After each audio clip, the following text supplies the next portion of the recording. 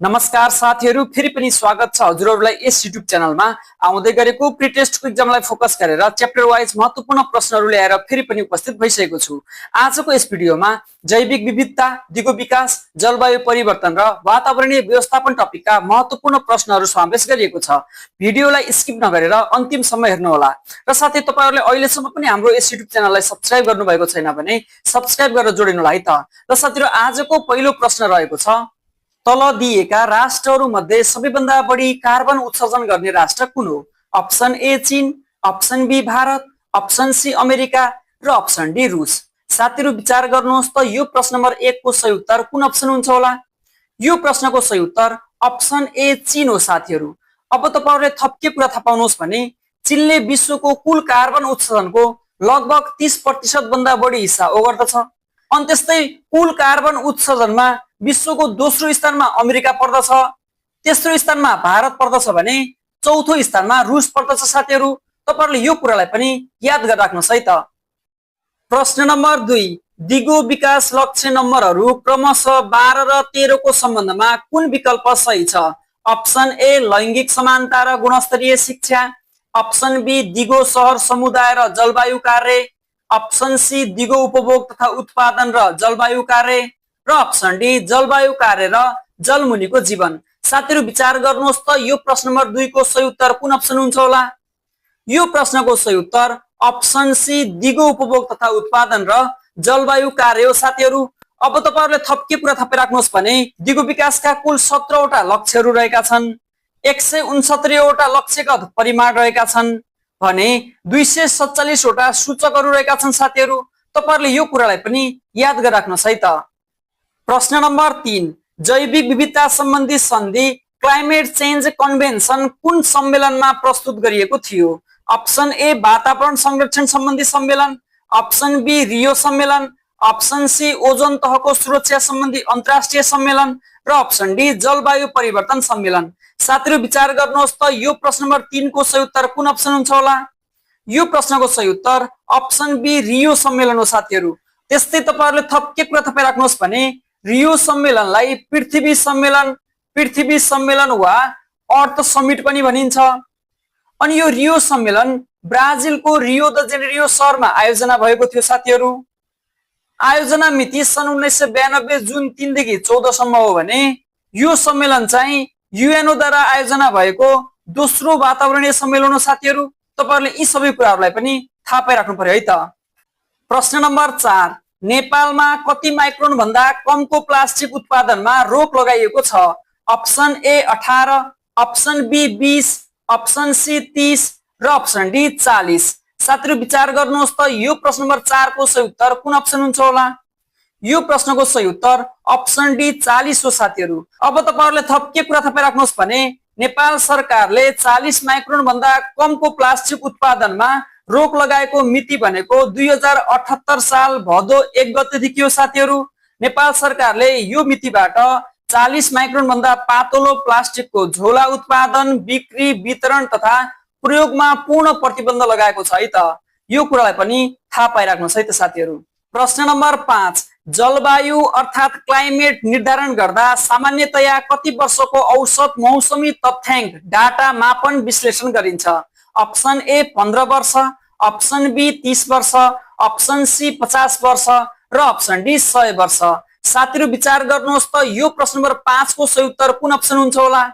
यो प्रश्नको सही उत्तर अप्सन बी 30 वर्ष हो। साथीहरु, अब तपाईहरुले थप के कुरा थाहा राख्नुहोस् भने मौसम अर्थात वेदर अल्पकालीन अर्थात दिन वा घण्टामा परिवर्तन हुने वायुमण्डलीय अवस्था हो भने जलवायु अर्थात क्लाइमेट चाहिँ दीर्घकालीन वायुमण्डलीय अवस्था हो। विश्व मौसम विज्ञान संगठन WMO का अनुसार कम्तीमा 30 वर्षको औसत मौसमी अवस्थालाई जलवायु भनिन्छ। साथीहरु, तपाईहरुले यो कुरालाई थाहा पाइराख्नु पर्यो है त। प्रश्न नम्बर 6, पृथ्वीको वायुमण्डलको तापक्रम, वर्षा, हिमपात र हावाको बहाव आदिमा हुने घटबढका कारण पृथ्वीको कुनै भागमा औसत मौसममा हुने परिवर्तनलाई के भनिन्छ?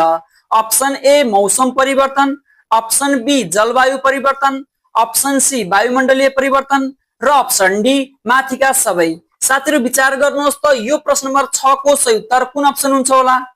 यो प्रश्नको सही उत्तर अप्सन बी जलवायु परिवर्तन हो साथीहरु। अब तपाईहरुले थप के कुरा थाहा राख्नुहोस् भने पृथ्वीको वायुमण्डलको तापक्रम, वर्षा, हिमपात र हावाको बहाव आदिमा हुने गडबडको मुख्य कारण चाहिँ हरितगृह ग्यासको प्रभाव अर्थात ग्रीन हाउस ग्यासको इफेक्ट हो साथीहरु। हरितगृह ग्यास अन्तर्गत CO2 अर्थात कार्बन डाइअक्साइड, N2O अर्थात नाइट्रस अक्साइड, CH4 अर्थात मिथेन, CFC अर्थात क्लोरोफ्लोरोकार्बन आदि पर्दछन् साथीहरु। यो कुरा तपाईहरुले थाहा पाइराख्नु पर्यो है त। प्रश्न नम्बर 7 समूह 1 र 2 बीच जोडा मिलाई सही उत्तर छान्नुहोस्। साथीहरु विचार गर्नुहोस् त यो समूह 1 र समूह 2 बीच सही जोडा मिलाउँदा यो प्रश्न नम्बर 7 को सही उत्तर कुन अप्सन हुन्छ होला? यो प्रश्न नम्बर 7 को सही उत्तर अप्सन सी हुन्छ साथीहरु। कसरी भन्दा ए मा रहेको युएनओ को पहिलो वातावरण सम्मेलन स्टकहोम स्विडेनमा आयोजना भएको थियो साथीहरु सन् 1972 मा। अनि त्यस्तै बी मा रहेको विश्व वातावरण दिवस चाहिँ जुन 5 मा मनाइन्छ साथीहरु। अनि त्यस्तै सी मा रहेको संयुक्त राष्ट्र संघीय वातावरण कार्यक्रम अर्थात UNEP को मुख्यालय भनेको नैरोबी केन्यामा रहेको छ साथीहरु। अनि त्यस्तै डी मा रहेको जैविक विविधता दिवस चाहिँ मे 22 मा मनाइन्छ साथीहरु। यसरी जोडा मिलाउँदा यो प्रश्न नम्बर 7 को सही उत्तर अप्सन सी हुन गयो साथीहरु। प्रश्न नम्बर 8 देखाएको कुन भनाइ सत्य होइन? ए ओजन तहको विनाश दर डप्सन युनिटमा नापिन्छ, बी विश्व रामसार दिवस फेब्रुअरी 2 मा मनाइन्छ, सी नेपालका 3 वटा राष्ट्रिय निकुञ्जहरू विश्व सम्पदा सूचीमा सूचीकृत छन् र डी जलवायु परिवर्तन हुनुको मुख्य कारण हरितगृह ग्यास अर्थात ग्रीन हाउस ग्यासको प्रभाव हो। साथीहरु विचार गर्नुहोस् त यो प्रश्न नम्बर 8 को सही उत्तर कुन अप्सन हुन्छ होला? यो प्रश्न नम्बर 8 को सही उत्तर अप्सन सी हो साथीहरु। किन भन्दा ए मा भनिएको भनाइ ओजन तहको विनाश दर डप्सन युनिटमा नापिन्छ भनिएको छ, यो भनाइ सत्य हो। त्यस्तै बी मा भनिएको छ विश्व रामसार दिवस फेब्रुअरी 2 मा मनाइन्छ भनिएको छ, यो भनाइ पनि सत्य हो। र डी मा दिएको कुरा जलवायु परिवर्तन हुनुको मुख्य कारण हरितगृह ग्यास अर्थात ग्रीन हाउस ग्यासको प्रभाव हो साथीहरु, यो भनाइ पनि सत्य हो। भने सी मा दिएको भनाइ नेपालका 3 वटा राष्ट्रिय निकुञ्जहरू विश्व सम्पदा सूचीमा सूचीकृत भनिएको छ साथीहरु। यो 3 वटा नभएर 2 वटा राष्ट्रिय निकुञ्जहरू विश्व सम्पदा सूचीमा सूचीकृत भएका छन्। एउटा चितवन राष्ट्रिय निकुञ्ज हो भने अर्को सगरमाथा राष्ट्रिय निकुञ्ज हो साथीहरु। यो कुरालाई तपाईहरुले थाहा पाइराख्नु पर्यो है त। प्रश्न नम्बर 9 ISO 14000 केसँग सम्बन्धित छ? ए वस्तुको गुणस्तर, बी ऊर्जा व्यवस्थापन, सी वातावरण व्यवस्थापन र डी खाद्य सुरक्षा व्यवस्थापन। साथीहरु विचार गर्नुहोस् त यो प्रश्न नम्बर 9 को सही उत्तर कुन अप्सन हुन्छ होला? यो प्रश्न नम्बर 9 को सही उत्तर अप्सन सी वातावरण व्यवस्थापन हो साथीहरु। वातावरण व्यवस्थापन ISO 14000 सँग सम्बन्धित छ भने अप्सन ए मा रहेको वस्तुको गुणस्तर चाहिँ ISO 9000 सँग सम्बन्धित छ साथीहरु। त्यस्तै अप्सन बी मा रहेको ऊर्जा व्यवस्थापन चाहिँ ISO 5000 सँग सम्बन्धित छ साथीहरु। र अप्सन डी मा रहेको खाद्य सुरक्षा व्यवस्थापन चाहिँ ISO 22000 सँग सम्बन्धित छ साथीहरु। यी सबै कुरा तपाईहरुले थाहा पाइराख्नु पर्यो है त। प्रश्न नम्बर 10 ब्रुटल्यान्ड कमिसनले सन् 1987 मा पेश गरेको प्रतिवेदनको नाम के हो? अप्सन ए वातावरण प्रतिवेदन, अप्सन बी दिगो विकास, अप्सन सी जलवायु प्रतिवेदन र अप्सन डी हाम्रो साझा भविष्य। साथीहरु विचार गर्नुहोस् त यो प्रश्न नम्बर 10 को सही उत्तर कुन अप्सन हुन्छ होला? यो प्रश्नको सही उत्तर अप्सन डी हाम्रो साझा भविष्य हो साथीहरु, जसलाई आवर कमन फ्युचर पनि भनिन्छ है त। आवर कमन फ्युचर त्यो प्रतिवेदनको नाम हो साथीहरु।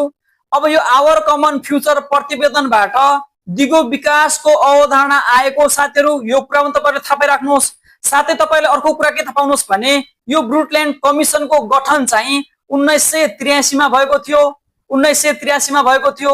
यो ब्रुटल्यान्ड कमिसन भनेको वातावरण र विकाससँग सम्बन्धित छ साथीहरु, वातावरण र विकाससँग सम्बन्धित छ। साथै यो ब्रुटल्यान्ड कमिसनको अध्यक्ष भनेको नर्वेकी प्रधानमन्त्री ग्रो हार्लेम ब्रुटल्यान्ड हुन् है त। ग्रो हार्लेम ब्रुटल्यान्ड हुन् साथीहरु। तपाईहरुले यो कुरालाई पनि थाहा पाइराख्नु पर्यो है त। अब अन्तमा आशा गर्छु साथीहरु तपाईहरुले आजको यस भिडियोबाट 1.4 टपिकसँग सम्बन्धित महत्त्वपूर्ण प्रश्नहरुको बारेमा जानकारी प्राप्त गर्नुभयो होला। यदि तपाईहरुलाई आजको भिडियो मन परेको छ भने भिडियोलाई लाइक गरेर कमेन्ट गर्न नबिर्सनु होला। साथै तपाईहरु हाम्रो च्यानलमा नयाँ हुनुहुन्छ भने च्यानललाई सब्स्क्राइब पनि गरिदिनु होला भन्दै अब हामी नेक्स्ट भिडियोमा नयाँ टपिक सहित भेट्ने छौं। नमस्कार।